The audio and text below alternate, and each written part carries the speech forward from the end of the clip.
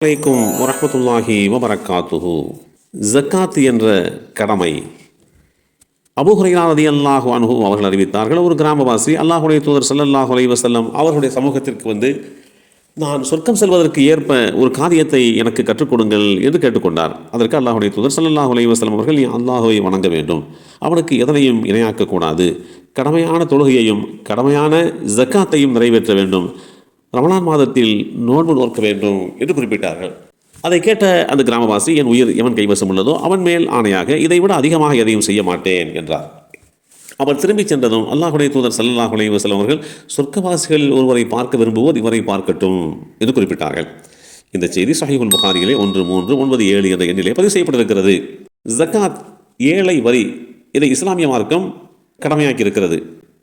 யார் அதற்குண்டான பொருளாதார அளவுகோலை அடைந்திருக்கிறார்களோ அவர்களுக்கு இந்த கடமையை, அந்த தன்மைகள் உள்ளவர்கள் யார் என்று அவர்களை குறித்து இஸ்லாம் தெளிவுபடுத்தியிருக்கிறது. ஒன்றாவதாக, அவர் சுதந்திரமானவராக இருக்க வேண்டும். அடிமையாக இருந்தால் அவர் மீது ஜக்காத் கடமை இல்லை. அவர் முஸ்லீமாக இருக்க வேண்டும். மூன்றாவதாக, புத்தி சுவாதீனம் உள்ளவராக இருக்க வேண்டும். நான்காவதாக, பருவ வயதை வந்தவராக இருக்க வேண்டும். ஐந்தாவதாக, ஜக்காத்துக்கு உண்டான நிசாபினுடைய அளவுகோலை சொந்தமாக்கியவராக இருக்க வேண்டும்.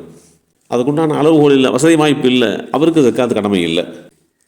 ஒரு மனிதருக்கு ஜக்காத்து கடமையாவதற்கு உண்டான பொருளினுடைய அளவிற்கு நிசாப் என்று அரபியிலே சொல்லப்படும். ஒவ்வொரு பொருளுக்கும் தனித்தனி அளவுகோல் இருக்கிறது. ஒருத்தட்ட பொருளாதாரம் இருக்குது, அவர் ஜக்காத்து கொடுக்கணும், அதுக்குண்டான நிபந்தனை என்ன? அவருக்கு இடத்தில் இருக்கக்கூடிய பொருள் வந்து ஜக்காத்து கொடுப்பதற்குண்டான நிசாபை, அளவுகோலை எட்டியிருக்க வேண்டும். அந்த பொருள் தனக்குரியதாக இருக்க வேண்டும். இன்னொருத்தருடைய பொருளை இவர் ஜக்காத்து கொடுக்கக்கூடாது. நாலாவதாக, யார் ஜக்காத்தை நிறைவேற்றுகிறாரோ அவருக்கு கடன் இருக்கக்கூடாது. பெருங்கொண்ட கடனோ சிறுங்கொண்ட கடனோ வைத்துக்கொண்டு அந்த கடனை அடைப்பதில் தான் அவர் கவனம் செலுத்த வேண்டுமே தவிர, தான் வாங்கிய கடனை அடைக்காமல் தனக்கு உண்டான பொருளாதாரத்தினுடைய அளவுகோல் வந்தபோது ஜக்காத் என்கின்ற இந்த கடமையை மாத்திரம் நிறைவேற்றுவது பொருத்தமல்ல. எனவே யார் ஜக்காத்தை நிறைவேற்றுகிறாரோ அவருக்குண்டான நிபந்தனைகளிலே ஒன்று, அவர் கடனாளியாக இல்லாமல் இருக்க வேண்டும். கடன் இருப்பினும் கடன் போக மிச்சம் உள்ளது அளவுகோலை, நிசாபை எத்தியிருக்க வேண்டும். எந்தெந்த பொருட்கள் மீது ஜக்காத்து கடமையாகும்? ஆடு, மாடு, ஒட்டகம் போன்ற கால்நடைகள், உணவு தானியங்கள், தங்கம், வெள்ளி, பணம், எப்பொருளாக இருப்பினும் அவற்றை வியாபாரத்தில் ஈடுபடுத்தினால் அதற்கும் ஜக்காத்து கடமையாகும். இவைகளுடைய பொருளாதாரத்தினுடைய நிசாபை குறித்து இஸ்லாம் மிக தெளிவாக வழிகாட்டி தந்திருக்கிறது.